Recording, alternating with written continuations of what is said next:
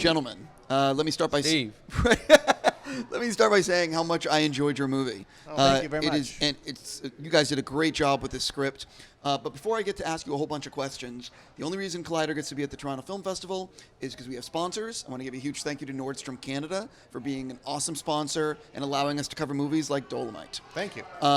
Jumping right on in, I hate asking the generic, but let's go backwards and say, how did you two land on this project and writing it? About 16 years ago, we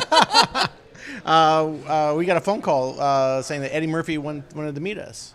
And we're like, yes, that sounds great. So we went over to meet Eddie Murphy, and we walked in, and he started doing lines from a film he wrote called Ed Wood. And he was like doing all the characters, and it turned out he loved Ed Wood.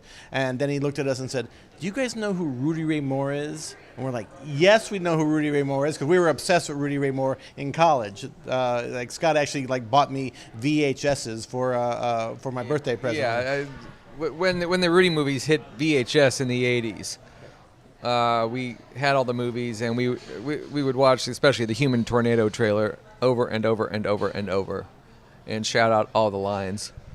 So yes, we knew Rudy, and we got obsessed instantly. We were like, Rudy Ray Moore and Eddie Murphy, absolutely. That sounds like the greatest movie of all time. And so then Eddie said, well, let's try to do this. And suddenly, a week later, we were in an office with Rudy Ray Moore. And we spent the day with Rudy. And he sort of talked about what he'd love to see in a movie about his own life. And he was excited about Eddie playing him. And it was very nice, and we were really excited, and then it didn't happen. Yeah, we couldn't sell it. That's Hollywood. It's like not everything works out. And then flash forward 100 years, and after People vs. O.J., we sort of had an opportunity to do something special, and we had the opportunity to put the band back together for Dolemite. And we reached back out to Eddie and said, are you still into it? And he's like, absolutely, I'm still into it. And if I can hit pause there. Sure. So, People vs. OJ, big hit. Yes. Everyone's talking about it. Yes. So what exactly happens there? You have some like a producer or financiers are coming to you saying, well, what do no, you it's want one to of those do? things when you have a hit of that size, you kind of have that ability to when you go into an office, if you have a strange idea, they're not going to instantly reject it. They're going to be like, Got it. Okay. So you're able to use your clout. And then we were talking to our producers John Davis and John Fox, and John says, well, let's just call up Eddie right now. We're like, really? So he just calls up Eddie, and then a couple days later, we're sitting in a room with Ted Sarandos at Netflix. Yeah. And then they bought it. Right. I mean, it was just kind of crazy. And we said, wow, okay, well, good for Netflix that after all these years, they just say, yes, this is a really cool movie. And it turned out that Ted Sarandos had run video stores back in the 80s when Rudy was hitting on VHS. So he was totally familiar with the movies. Right. We thought we'd have to bring him up to speed about who Rudy Ray Moore was, and not at all. He totally. I think Rudy Ray has a bunch of secret fans, like people who think that they're the only person who knows Rudy Ray Moore, but they treasure it. Here's the thing, though. Eddie has famously said many times he loves just sitting on his couch. Mm-hmm. So, he said that, and I guess it's true. To do this project, we broke the cardinal rule that the principal agent in our lives gave us 25, 30 years ago, which was boys, never write for a star. Never write for a star. And he told us all these horror stories, like back in the day from CAA, back in the early 90s, where people would just spend a year of their lives writing for one movie star that was attached to that movie, and then the movie star would never read the script. Right. And then the script is dead. And so in our entire career, we've never written for a star. And for Eddie, we made an exception, because after meeting with Eddie and sort of seeing the excitement in his face, we said, oh my God, he will kill. He really wants it. It'll bring him back in a big way. And so we decided, we never told anyone this, that we didn't care what anyone thought of the script except for Eddie. Yeah. We were writing a script for one person, because if Eddie loved it, it's a movie. And if Eddie didn't love it, then no one's going to make the movie. And it was a movie we wanted to see. I mean, the idea of Eddie Murphy playing Rudy Ray Moore, it just got us so excited. I was watching you at the screening last night, and you were laughing at all the lines. I'm that. He wanted I'm to that, see the movie. I'm that sad screenwriter who laughs at his own jokes. But yeah, no, it's a movie. This is if you would have told us when we were when we were sitting on the couch in college watching these movies that someday it was going to premiere, we're going to make the movie and premiere at the Toronto Film Festival and star one of the great icons of screen, we wouldn't believe it. And we were just living in a house with a bunch of schlubs in Silver Lake. 6 guys in one house for $1,200 a month. Yes. That's how crappy that house was. And we would just spend the afternoons watching Dolemite. Yeah. And flash forward almost, holy shit, 35 years. And now it's this wonderful movie with Eddie. The other really gratifying thing about this was that, 16 years ago when we met with Rudy Ray Moore, we told him we were going to tell his life story for the screen, and then it never happened. And then Rudy passed away, and there was a sense of obligation we always felt that we kind of let this guy down, and so be able to actually make the movie. And I think Rudy would be so proud of this film. Yeah, no, I know 100%, absolutely. So you're writing the script. You have to get Eddie, and if you get Eddie, the movie's made. Right. So when did Eddie say? At what point did he say? And when we were writing this script, we were putting in lots of secret Easter eggs that were just for Eddie, just like little sprinkles of '70s culture and comedy club culture and stuff from comics from the Chitlin circuit that we weren't sure anybody else would get these references, but we knew Eddie would. Right. We knew Eddie would know who Wild Man Steve was. Right. Exactly. I don't pretend to know. You're not supposed to. Yeah, exactly. I will not pretend. But so my question is: so at what point do you actually show him the script? Is it in a rough state, or is it a final draft? No, never. We never show people it until we feel until we feel it's ready to go to the big screen. I mean, we'll bounce it back and forth. Our wives can read it. Our friend can read it. Yeah, our friend Dan Waters, who wrote the movie Heathers. He's our guy that we so slam that little circle got to read it a couple times, but no, it doesn't go in until it's ready to shoot. Right. Okay, so you have a finished script that you're super happy with. You hand it to Eddie. Right. How long before Eddie actually contacts you again? Oh, it was Monday. It was a Friday to a Monday. Yeah. It was instant. Yeah. No, I mean, here's the thing. It's not, Eddie was waiting right. for it. He wanted it. For 16 years, he wanted to make this movie. The fact that we said it once and we did it again, I mean, he just wanted this movie. So we never felt like he wasn't a part of it. And so he was ready to go, and then he just said yes. I mean, it wasn't a sense we felt we had to catch him again. We had him, and he loved the script, and he reacted to our writing. So you have the finished script. So Ted and Netflix have already agreed to make it, or no. So I'm just trying to figure out the order. No, so you have Eddie, we have the Eddie. script. Yeah, then I you're mean, going to Netflix. no, Netflix owns it. They're paying for the paid us. project. Got it. So I'm trying to get it. okay. Yeah, and then once Eddie's there, and then it's like you got to get a director, and then you start casting, and at any point, particularly a regular studio could always back out, but Netflix is always incredibly supportive. Yeah, we've had movies fall apart when they're already cast and crewed. Yeah, 2 weeks before they shoot. So that happened a couple times.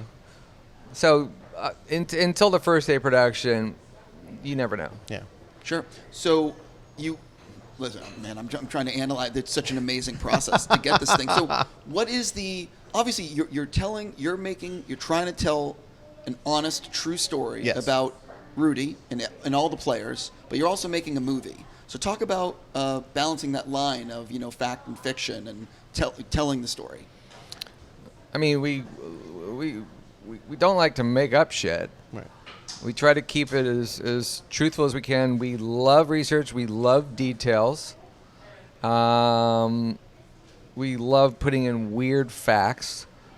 Yeah. And for example, in this movie, we really fell in love with the sort of the Chitlin circuit and the whole making of the X-rated albums. That we felt that was something that we'd never seen on screen before. People don't know anything about that world. I had no idea. Yeah, I mean, it's basically gone now. But there was this whole circuit running through the deep south and going up the northeastern seaboard up until New York, and then if you hit the top, it was the Apollo Theater. Yeah. And it was black theaters for black audiences with black performers.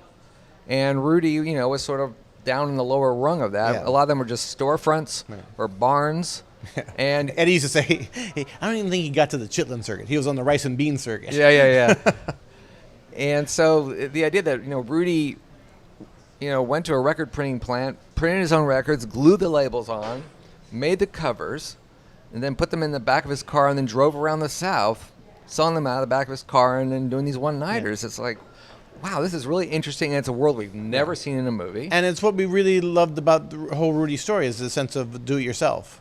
This guy was somebody that record companies and movie companies never gave a break to, and nobody ever reached out to him. Yeah, so he was a guy who just refused to take no for an answer and created his own little industry all to himself. I think Mike Epps in the last interview said he was basically Tyler Perry before Tyler Perry.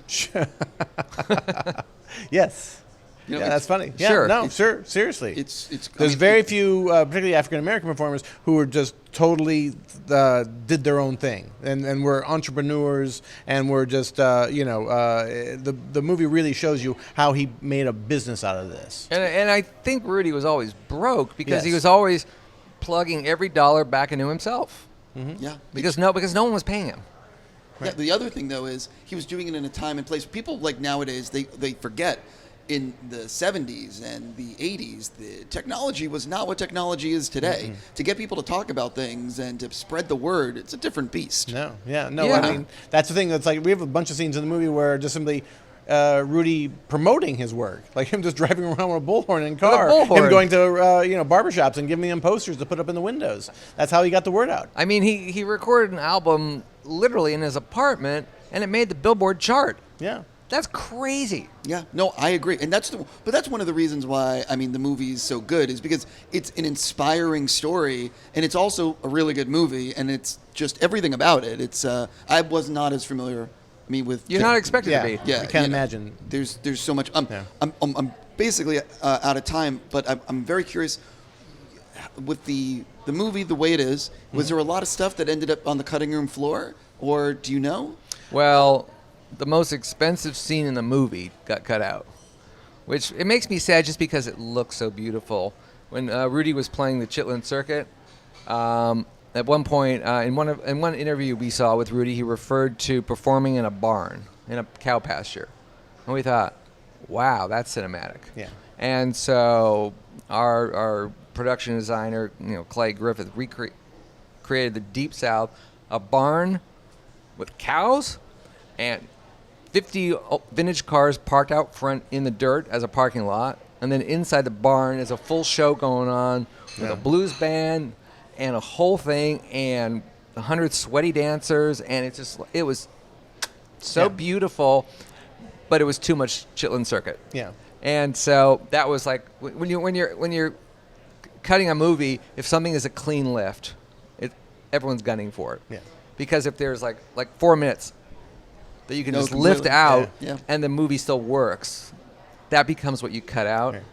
And so it makes me sad just because it looks so beautiful. Here's the thing, though, and I'm waiting on Netflix. Like, for example, I'm waiting for them to actually put deleted scenes on Netflix Sure. or an extended cut because they actually let me premiere a big deleted scene from Outlaw King on the site. Oh, wow. But it's never been released. Like, they've never put it on the Right. menu system. Right. I would love, hopefully, with that. Right. If there's any other Well, deleted there's actually scenes. there are funny little scenes that maybe there's like when Rudy took Dolemite to the ratings board. Oh yeah, They didn't know what certain words meant. They're like, I Rat know soup eating junkyard. Is that a cuss word? Should we rate it X? I don't quite know what to do. And I wanna see they the literally scene. they paralyzed. It was funny. I forgot about that Yeah. siege. Okay, my last thing for you guys. I am a fan of your writing. What's coming up next for you guys? We just wrote another thing for Netflix based on Phil Knight's book Shoe Dog about the formation of the company Nike and the whole shoe culture. The company Nike, I've heard of it. Yeah, exactly. yeah. That little I company. might be wearing some. Yes. So when is that going, or is it just? Gonna be We just turned in our first draft. Yeah, sure. Oh God. Okay, so that's what you're working on right Yeah, now. correct. Well, first of all, I've heard something about sneakers and how popular they are. Yes. That's a very interesting story that I'm looking forward to seeing. All right, great. Thanks. Congratulations on this. Thank you. I know people are going to love it. Thank you so much for stopping by.